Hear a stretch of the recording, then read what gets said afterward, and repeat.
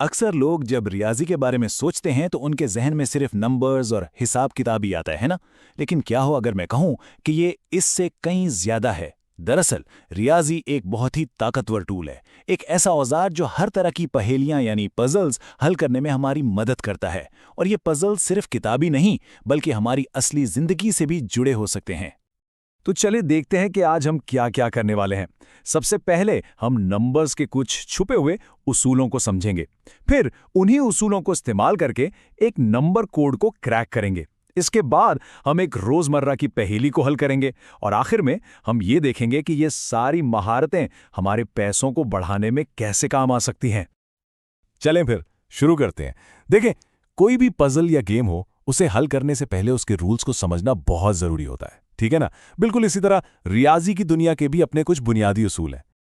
तो यहाँ एक दिलचस्प सवाल सामने आता है, क्या नंबर्स कुछ खास उसूलों के पाबंद होते हैं या हम इन्हें जैसे मर्जी जोड़ तोड़ सकते हैं? यही सवाल हमें रियाजी की एक बहुत ही अहम बुनियादी खासियत की तरफ लेकर जाएगा। तो इन छुपे हुए उसूलों में से एक है एसोसिएटिव प्रॉपर्टी ऑफ एडिशन। अब ये नाम थोड़ा टेक्निकल लग सकता है, लेकिन इसका मतलब बहुत आसान है। ये उसूल बस इतना कहता है कि जब तीन नंबर्स को जमा किया जा रहा हो तो इससे कोई फर्क नहीं पड़ता कि पहले किन दो नंबर्स को जमा किया जाए, जवाब यानी सम हमेशा एक ही आएगा। अच्छा, चलें इस उसूल को आजमाकर देखते हैं। मसावात की लेफ्ट हैंड साइड को लेते हैं। यहां हम पहले ए और बी को यानी 4/3 और 5/2 को जमा करते हैं, तो जवाब आया 23/6। ठीक है, अब इसमें सी यानी 7/4 को जमा करते हैं और हमारा फाइनल जवाब आता है 67/12। अब जरा रुकिए, अब हम मसावात की राइट हैंड साइड को देखते हैं। इस बार हम पहले बी और सी को जमा करेंगे, तो 5/2 और 7/4 को जमा करने पर आया 17/4। अब इसमें ए यानी 4/3 को जमा करते हैं और क्या जवाब आया? जी हां, बिल्कुल वही 67/12। तो देखा आपने, दोनों तरफ से जवाब बिल्कुल एक जैसा आया, 67/12। इसका मतलब है कि हमारा उसूल बिल्कुल सही साबित हुआ।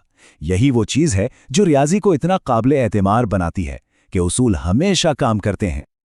और मजे की बात यह है कि ये जादुई उसूल सिर्फ जमा यानी एडिशन के लिए नहीं है, बिल्कुल यही उसूल ज़र्ब यानी मल्टीप्लिकेशन पर भी लागू होता है। मतलब जब नंबर्स को मल्टीप्लाई किया जा रहा हो तब भी ग्रुपिंग बदलने से फाइनल जवाब पर कोई फर्क नहीं पड़ेगा। और ये रहा सबूत, चाहे हम पहले ए और बी को ज़रब दें या पहले बी और सी को, दोनों सूरतों में जवाब एक ही है, 35/6। यही वो मुस्तकिल मिजाजी है, वो कंसिस्टेंसी जो रियाजी की पूरी इमारत की बुनियाद है।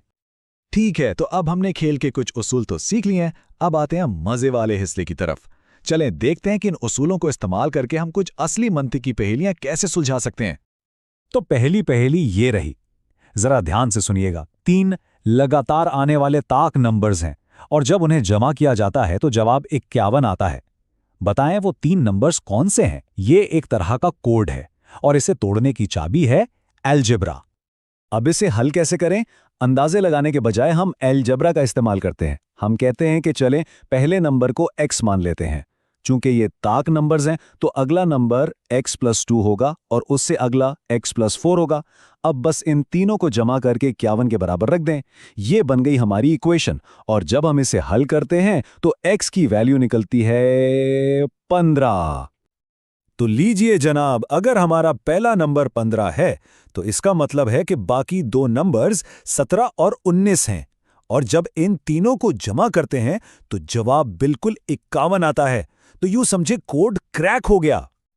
अच्छा, ये तो थी एक नंबर्स की पहेली। अब आगे बढ़ते हैं और देखते हैं कि यही मंतिक, यही लॉजिक हमारी रोजमर्रा की जिंदगी के मसलों को हल करने में कैसे काम आती है। चलें एक और सूरत हाल देखते हैं। फर्ज करें अब्दुल्ला के पास 2 बाल्टियां हैं जिनमें कुल मिलाकर 96 गेंदें हैं। अब मसला यह है कि एक बाल्टी में दूसरी से 28 गेंदें ज्यादा हैं। तो सवाल यह है कि हर बाल्टी में कितनी गेंदें हैं। ये बज़ाहिर एक सीधा साधा सवाल लगता है, लेकिन इसका भी एक बहुत ही जबरदस्त रियाजियाती हल मौजूद है। और एक बार फिर हमारा हीरो अलजेब्रा हमारी मदद को आता है। हम कहते हैं कि छोटी बाल्टी में गेंदों की तादाद x है।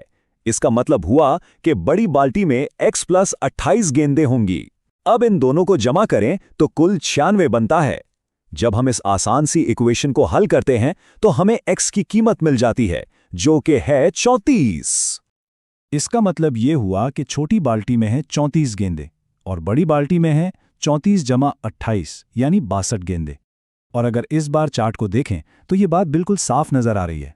34 और 62 को मिलाएं तो कुल 96 बनता है। मसला हल। चलें जी, अब हम आखिरी और शायद सबसे अहम हिस्से की तरफ आते हैं।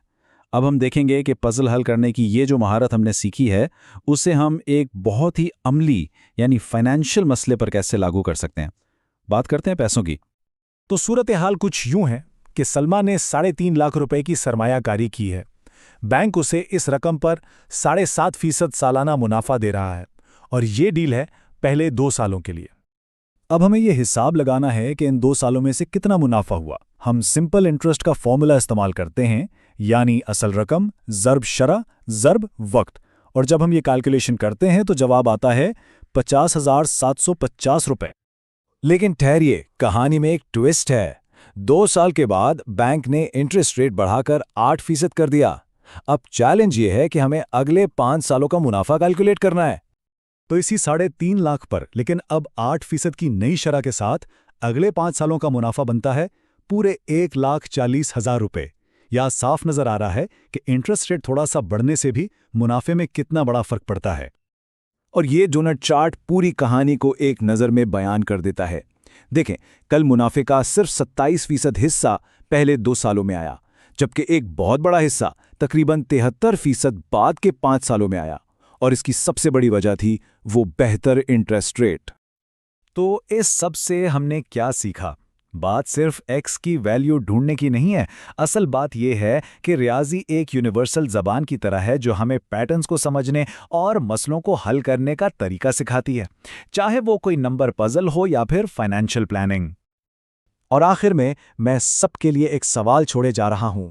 जरा सोचिए, हमारी अपने रोजमर्रा की जिंदगी में ऐसी कौन सी पहेली है, ऐसा कौन सा मसला है जिसे अगर एक रियाजीदान की तरह सोचा जाए तो आसानी से हल किया जा सकता है।